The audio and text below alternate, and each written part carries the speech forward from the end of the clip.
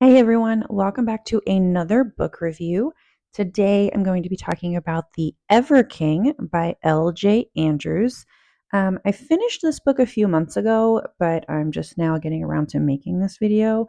But I enjoyed this book a lot, and I read it originally on the Libby app. But last week was my birthday, and I decided to get a hardback copy of this one and a few others in the series. So let's dive in. This book has a few tropes. You've got enemies to lovers in this one, some captivity, and bonded lovers.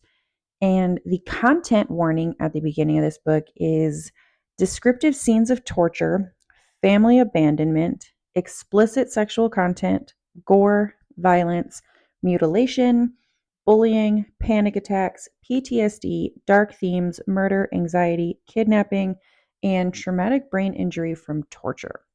So there's a lot going on in this one. So the male main character is Eric, and he is a sea fae, and he's actually the king. He's the Ever King. His realm is basically the Ever. And Livia is our female main character in this one, and she's a half fae. Her mother, I believe, was a non fae, and her father was, but when they got married, I think. Her mother underwent a magical spell. Uh, Livia is a night folk fae, and they basically control the earth. There was a large war going on, and her father actually killed Eric's father, so he pretty much hates her people. He is on a mission to get his mantle back, which is a coin that she has, and she accidentally broke it when she was a kid. And he thinks that her father has it. When he learns that Livia's father is away for a council meeting, he switches the plan from killing her father so he can take his mantle back to kidnapping Livia so that her father comes after her into the Ever. When she broke the mantle when she was a kid, a rune scar got burned into her arm, and the rune scar is the mark of the House of Kings. No woman has ever had the mark, which is a very important detail and comes up later. Um, Also, aside from him looking for his mantle, there is a blight that's creeping through the Ever, and no one can find a cure for it. It's even affecting Eric himself and his magic and his strength. It could be because the mantle's been broken, and it was at this point, which was early on, that I started to think that Livia was going to be the answer to the blight, since she has the magic to thicken vines and create blossoms and greenery. So her magic is to help things flourish and grow. She doesn't know about the blight though, because Eric doesn't really talk about the blight with anyone because he doesn't want other kingdoms to see the Ever as weak or a potential target. So when they were on an island at one point, she thought that the island was ravaged by fire, and she tried to regrow something in the soil to see if her magic could work. And she did grow a flower. So it was kind of at this point that Eric also started to think she might be the answer to the blight. But her magic also, in addition to growing things, can show all of the horrors and torment and torture that has taken place on a particular piece of land. She basically just has to dig her hands into the soil, and she kind of gets flashbacks to anything that's gone on those lands. And it's very painful for her because she basically takes on the feelings and the emotions that the land is holding on to from those moments. So, like I said before, there's no woman that has had the mark of the kings on her before. Livia is the first. This also means that there's no ever queen. There is only an ever king.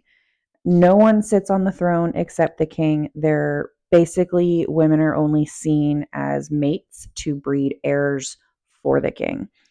So it's interesting that Eric is starting to have feelings for her and starts to see her as a solution to the blight, because you kind of see it coming that maybe that's going to change in the future. Once Livia learns about the blight, she tells Eric that she will help him cure it if he promises not to kill her father. And he does promise not to kill her father as long as she tells him where the mantle is. So they're kind of trying to bargain to get what they want here. She's basically terrified that he's going to go into a full-on rage when she tells him the mantle's broken. And the sea witch, that is actually Eric's grandmother and is super powerful, uh, told him that he's already found the magic of his mantle again. He kind of already knew that it was broken. And when Livia told him that it was shattered, and that's when the mark of the kings showed up on her arm, this is when it all kind of clicks together. And he says that he was actually led to her. He wasn't feeling the pull from the coin and his mantle, he was feeling a pull to her, and that she is actually his mantle. The sea witch also comes back and talks to Livia and tells her that Eric killed his own mother. And she said that if Livia was to accept him, that she needs to know all of him. She needs to know the darkest corners of his past. And Livia thinks that the sea witch is trying to scare her away, but the sea witch told her that there wasn't actually a mantle that amplified his power. It wasn't like a physical thing. It was a mantle of the heart, basically making them destined to be together and having a fated bond, because she is someone who sees his whole self and still loves him through all of his darkness. So this is when she basically finally admits to herself and to everyone around her that she does want him and does love him. And they're finally about to have full-on sex for the first time. They'd only fooled around a little bit up until this point, but he wanted the first full time to be in his bed. So they're about to have sex for the first time.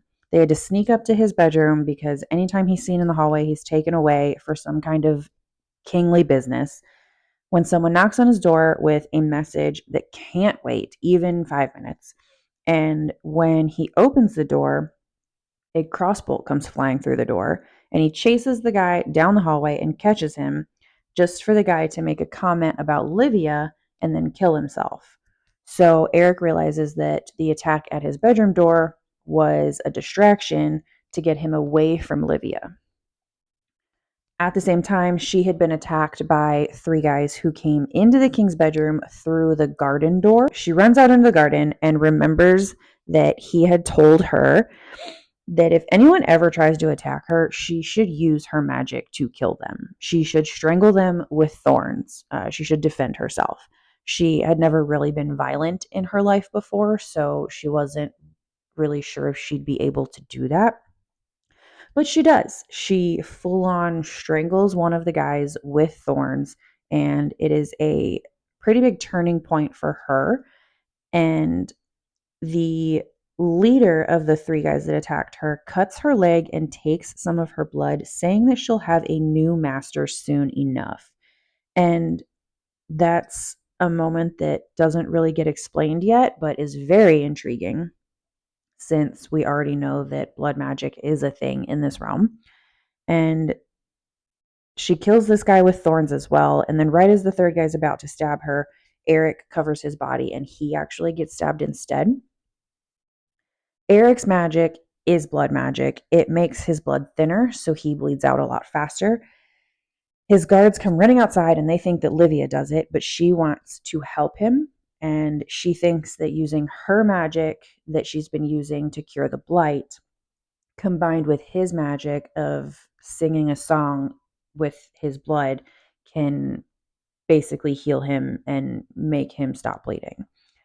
He's not strong enough to sing a song to make his blood magic work. So she has to use her Earth Fae magic and try to heal him with herbs, which takes longer, but she does save him. Earlier on in the book, he had sent someone to seal the chasm between the Ever and the Earth realm so that Earth Fae can't come to the Ever to take Livia back. And the person he sent was ambushed by Livia's cousin, and he followed him back through the chasm, and the chasm crushed her cousin because it's not really meant for one person to be able to withstand that kind of pressure. And Eric has to use his magic once he's healed to save her cousin, but Livia thinks that he's trying to kill her cousin.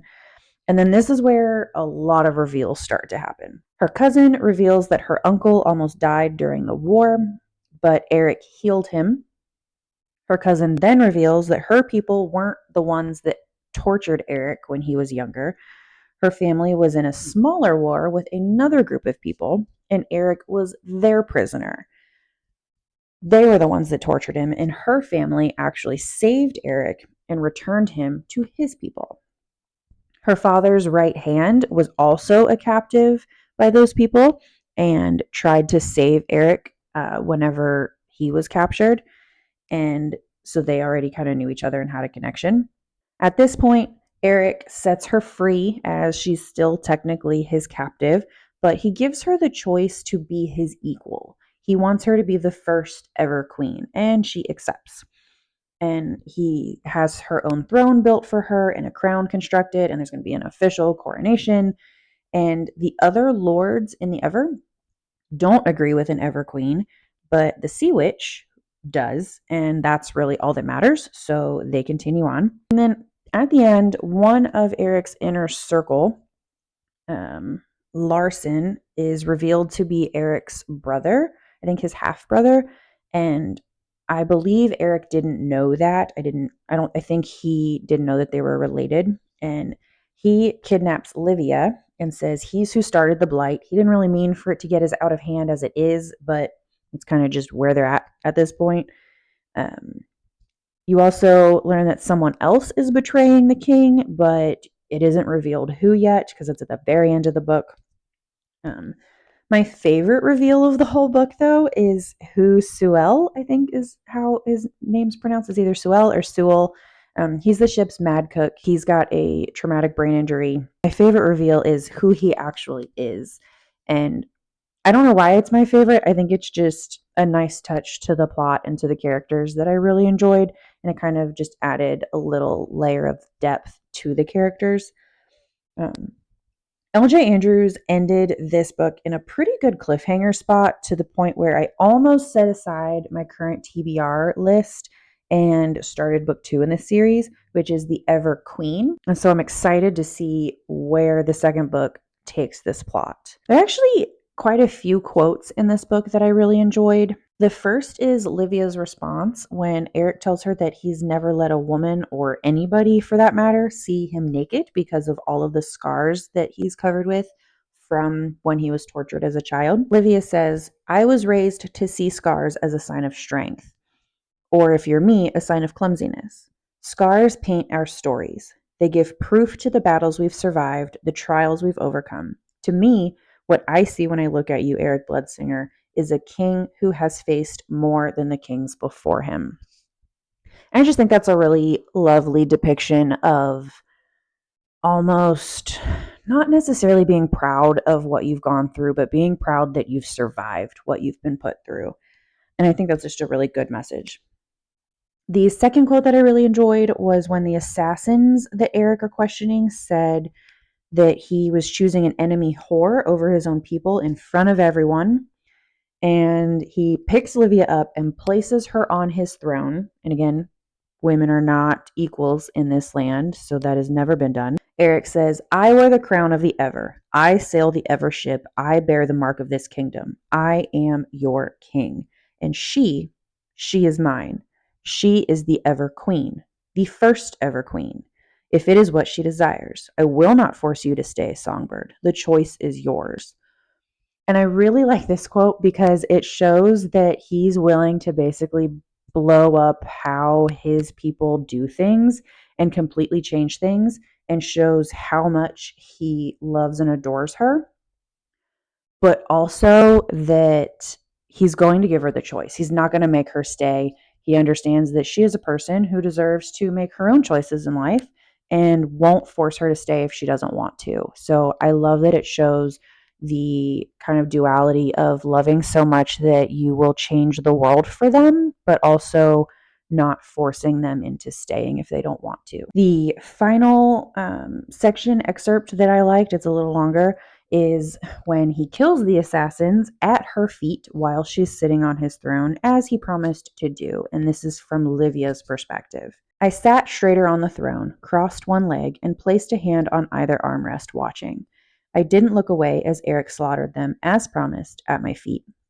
He was wonderfully brutal. The king killed with a finesse I never knew I'd find captivating, but I couldn't look away.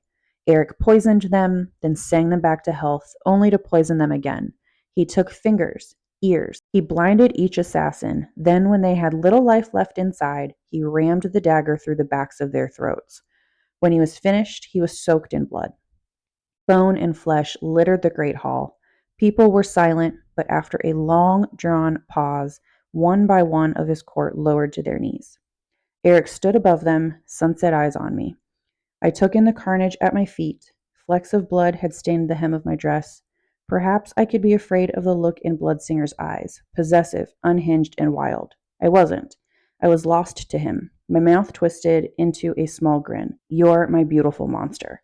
I just think there's really beautiful imagery here. I can see that whole scene playing out as if it were a movie, and I just really enjoyed the descriptors here. Overall, I really enjoyed this book. I'm a sucker for oceanic type settings. I'm pretty sure I was a mermaid in a past life. I like the magic system that L.J. Andrews built. Eric's blood being poison, but him being able to heal people with his blood combined with singing a song is interesting. It shows that he can ruthlessly take lives, but also save them. And I think that that's a really nice combination. Livia's earth magic is pretty cool. I'd love to have the ability to bloom plants and greenery and strengthen the earth, basically. But there's also the additional layer of her being able to see all the torturous events that took place on a piece of land. And I think that that just would lead to empathy being Livia's biggest asset and biggest strength, which basically sets her up to be the most well-suited to be the Ever Queen and understand Eric, even though he's done some pretty bad things. I rated this book a 4 out of 5 stars overall, and I will read it again, and I will continue the series. But I did just have a friend the other day tell me that the Broken Kingdoms series by L.J. Andrews focuses on characters in the generation before the characters in this series. And that series is a 9-book series with 3 books each covering the different kingdoms in this world. So I'll probably actually pause the Everseas series so that I can go through that series first. L.J. Andrews herself has said that you don't have to read the Broken Kingdom series before you read the Everseas series, but it does give you some more context and just a deeper understanding of some of the characters and a deeper emotional connection with some of the characters. And I would like that. So I'll probably read those books first before continuing the Ever series. And then when I'm done with that series, I'll actually probably reread The Ever King before continuing the rest of the books in the series. I am curious if you've read The Ever King yet, and if you did, what you thought about it. Till next time.